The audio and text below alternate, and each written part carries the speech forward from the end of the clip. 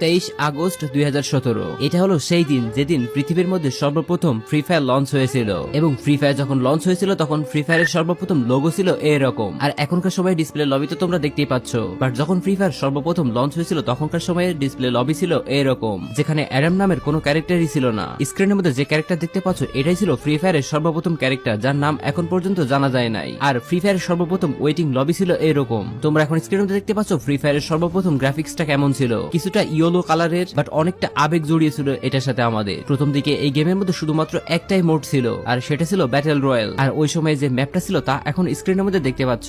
ম্যাচের মধ্যে 20 জন নামতো, তাই ম্যাপও ছিল খুবই ছোট, আর প্লেন থেকে নামার স্টাইলটা ছিল অনেকটা এরকম। এটা ছিল 2017 সালের ফ্রি ফায়ার। সাল 2018 যখন এই ফ্রি ফায়ার আমাদের মাঝে কেবলমাত্র জনপ্রিয় হয়ে উঠেছে। সারা পৃথিবী জুড়ে এক নাগারে ডাউনলোড হতে শুরু করলো এই ফ্রি ফায়ারটা। আস্তে আস্তে জনপ্রিয়তা ছড়িয়ে পড়লো। তারপর ফ্রি ফায়ার আস্তে আস্তে গ্রাফিক্স এর দিকে মনোযোগ দিল, লবিটাও বেশ উন্নত করলো আগের তুলনায়। প্লেন সহ ম্যাপেরও বেশ কিছু পরিবর্তন দেখতে পেলাম, এমনকি ল্যান্ডিং স্টাইলেরও আসলো পরিবর্তন। সাথে সাথে আমরা গেম প্লে আর গ্রাফিক্সেরও বেশ কিছু উন্নতি দেখলাম। 2018 সালে বড় হলো ম্যাপের জায়গা, অ্যাড করা হলো নতুন নতুন লোকেশন। মার্চ 2018 যখন এই ফ্রি ফায়ারটা আরো বেশি জনপ্রিয় হয়ে উঠলো, এবং গারিনা নিজেও চিন্তা করলো ফ্রি ফায়ারটাকে আরো বেশি ডেভেলপ করা দরকার। তারপর 14 মার্চ আমাদের গেমের মধ্যে অ্যাড করা হলো স্যান্টোসা নামক এই জায়গাটি। ধীরে ধীরে জনপ্রিয় হয়ে উঠলো এই জায়গাটিও। 21 মার্চ যেদিন আমাদের গেমের মধ্যে নিকিতা ক্যারেক্টারটি অ্যাড করা হলো। মেয়ে ক্যারেক্টার আমাদের গেমের মধ্যে আসায় খুবই দ্রুত এই ক্যারেক্টারটিও জনপ্রিয় হয়ে উঠলো। এরপরে ধীরে ধীরে নতুন নতুন আরো বেশ কয়েকটি ক্যারেক্টার আমাদের গেমের মধ্যে আসতে শুরু করলো, যে সময়ে ক্যারেক্টারগুলো লবির মধ্যে দাঁড়িয়ে থাকতো আর বিভিন্ন অঙ্গভঙ্গি করতো,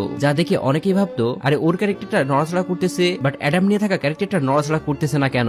এমনটা পার্সোনালি আমার সাথেও ঘটেছে। তো যাই হোক, ধীরে ধীরে এই ক্যারেক্টারগুলো বেশ জনপ্রিয় হয়ে উঠলো। 24 মার্চ 2018 যে সময়ে আমাদের গেমের মধ্যে ক্যারেক্টারের ইমোট অ্যাড করা হলো। তারপরে ওই মাসের মধ্যেই র্যাঙ্ক সিস্টেম অ্যাড